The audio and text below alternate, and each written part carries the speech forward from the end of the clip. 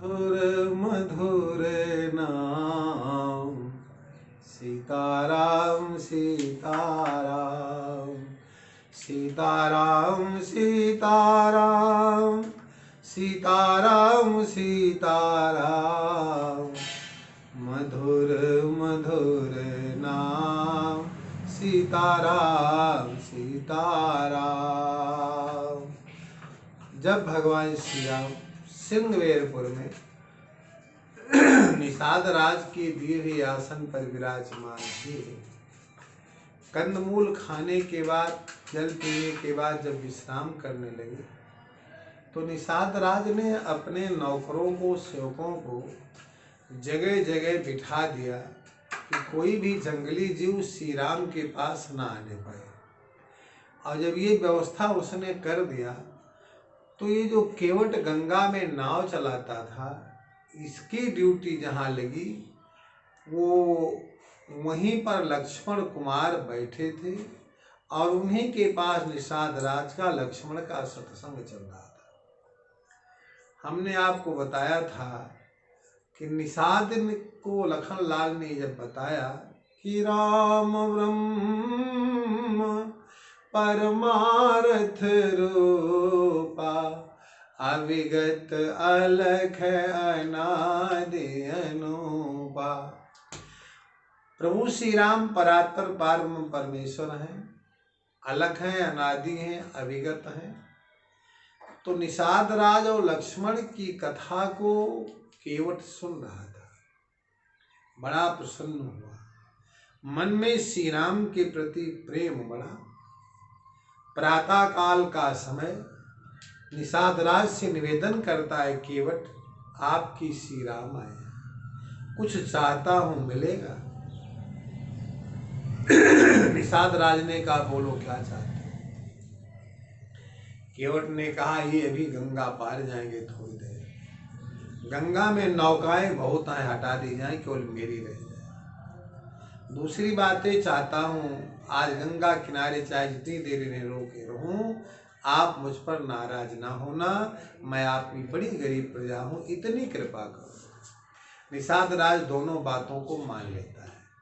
इधर जब भगवान श्री राम ने अपने बालों को जटाओं का रूप दिया, अनुज सहित सिर जटा हो बनाए, देखी सुमंत्र नयन जल छाए, हृदय दाहु अति बदन मलिना, कह कर जोरी वचन अति दीना। जब भगवान श्री राम ने अपने सुंदर सुंदर घुंघराले बालों को जटाओं का रूप दिया, सुमंत जी बहुत रोए। इस दृश्य को केवट देख रहा है, सुमंत और श्री राम के संवाद को भी केवट सुन रहा है। यहाँ जो करुणा का दृश्य उपस्थित है वो केवट के हृदय पर चोट कर रहा है।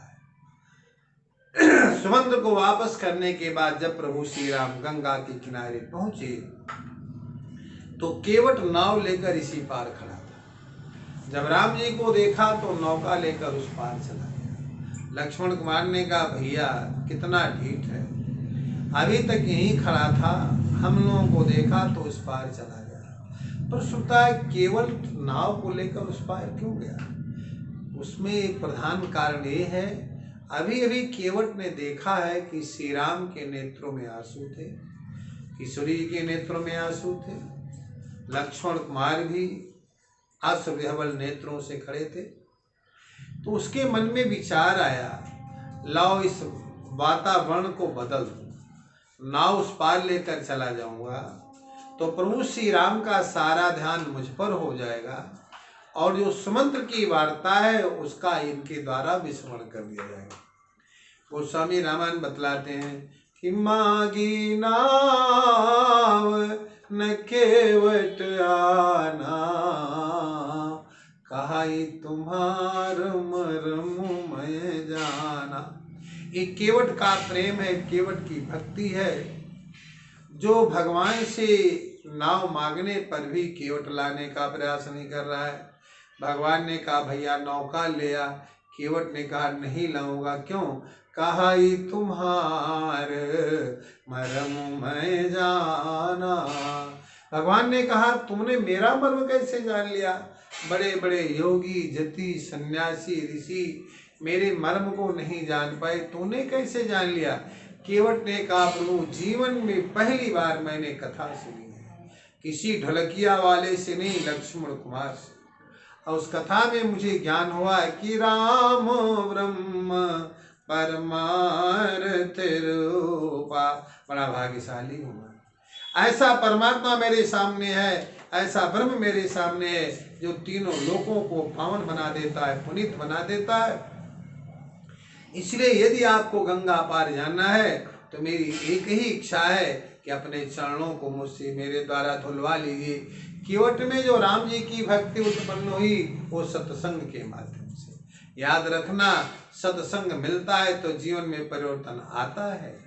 केवट और लक्ष्मण कुमार के द्वारा जिन बातों को सुना गया है केवट के द्वारा, उन बातों पर केवट अमल कर रहा है। राम जी की भक्ति उसके हृदय में उमड़ती है।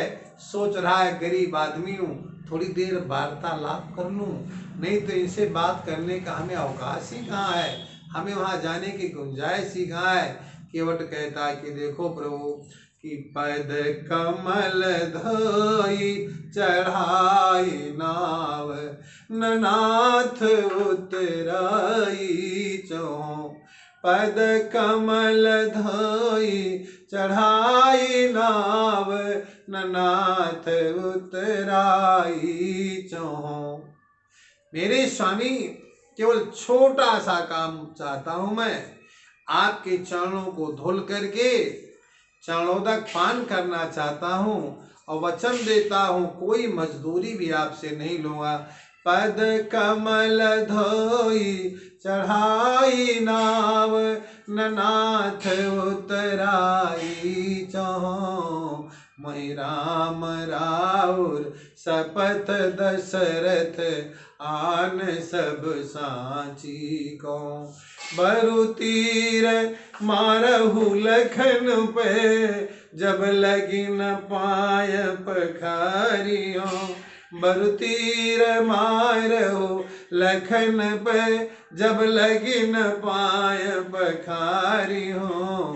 तब लगी न तुलसीदास नाथ कृपाल पार उतारियों। तब लगी न तुलसीदास नाथ कृपाल पार उतारियों। भक्ति का साधन सत्संग है। उसके सत्संग को पाने के बाद प्रभु का दर्शन, प्रभु से वार्ता, प्रभु के चरणों का ध्यान, प्रभु के चरणों तक का पान यदि मेरे द्वारा कर लिया जाएगा तो मेरा जीवन पावन हो जाएगा। केवट की भक्ति पर कल हम फिर आपसे वार्ता करेंगे। आज बस इतना ही। बोलिए भक्त वत्सल भगवान की जय।